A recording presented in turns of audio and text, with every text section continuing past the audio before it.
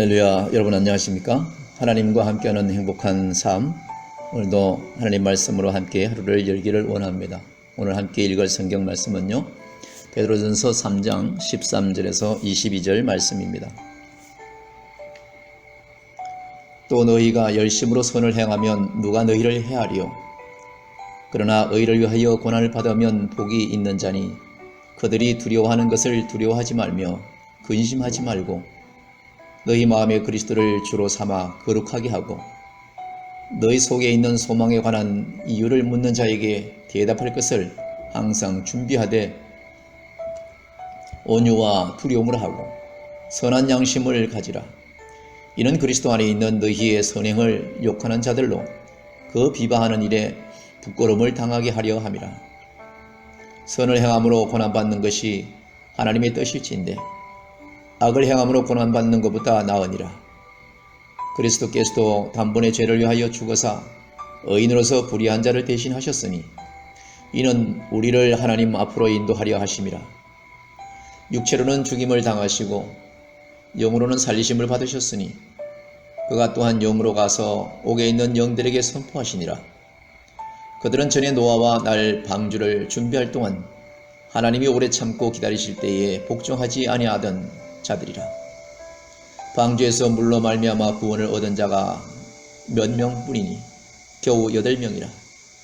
물은 예수 그리스도께서 부활하심으로 말미암아 이제 너희를 구원하는 표니 곧 세례라. 이는 육체의 더러운 것을 제하여 버림이 아니요 하나님을 향한 선한 양심의 간군이라. 그는 하늘에 오르사 하나님 우편에 계시니 천사들과 권세들과 능력들이 그에게 복종하느니라. 아멘. 베드로 사도는 악한 세상을 향해 교회가 취해야 할 태도를 가르치고 있습니다.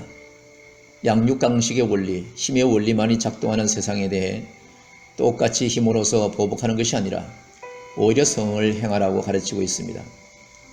인간에게는 비록 죄로 인해 왜곡되긴 했지만 양심에 따른 보편적인 윤리 기준이죠.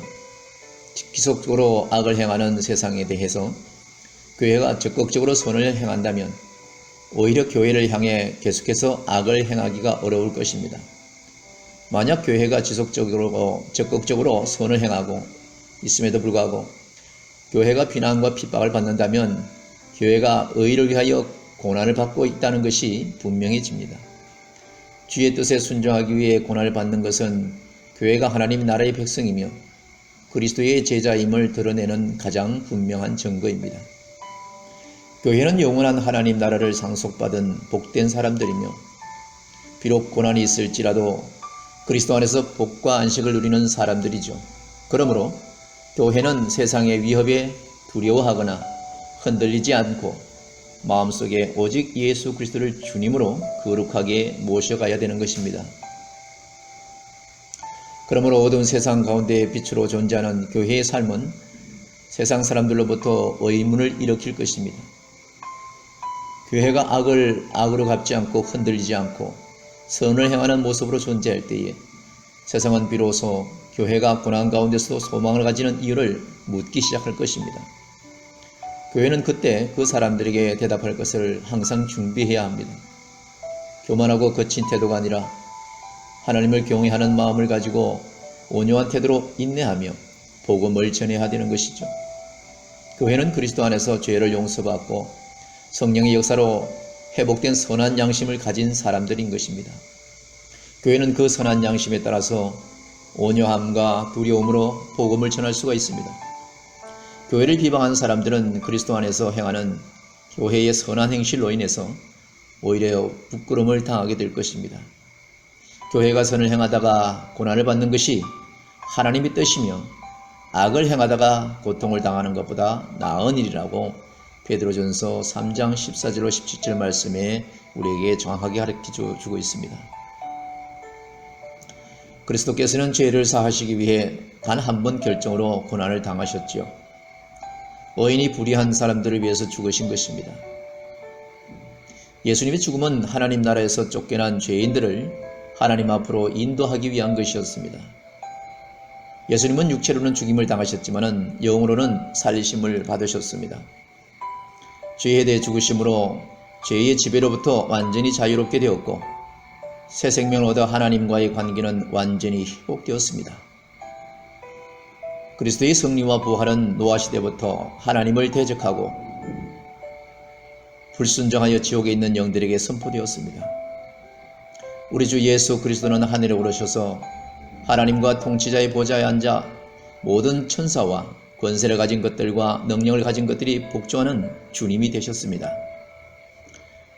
하나님이 노아 시대의 인류를 물로 심판하실 때에 하나님께 은혜를 입고 순종하는 믿음으로 구원을 얻는 하나님의 백성들은 겨우 8명 뿐이었다는 것이죠. 이 사건은 세례의 예표를 합니다. 세례는 교회가 십자가에 죽으신 그리스도 안에서 죄에 대해 죽고 부활하신 그리스도 안에서 새 생명을 얻어서 선한 양심을 따라 살아가는 존재임을 나타내는 구원의 정표인 것이죠.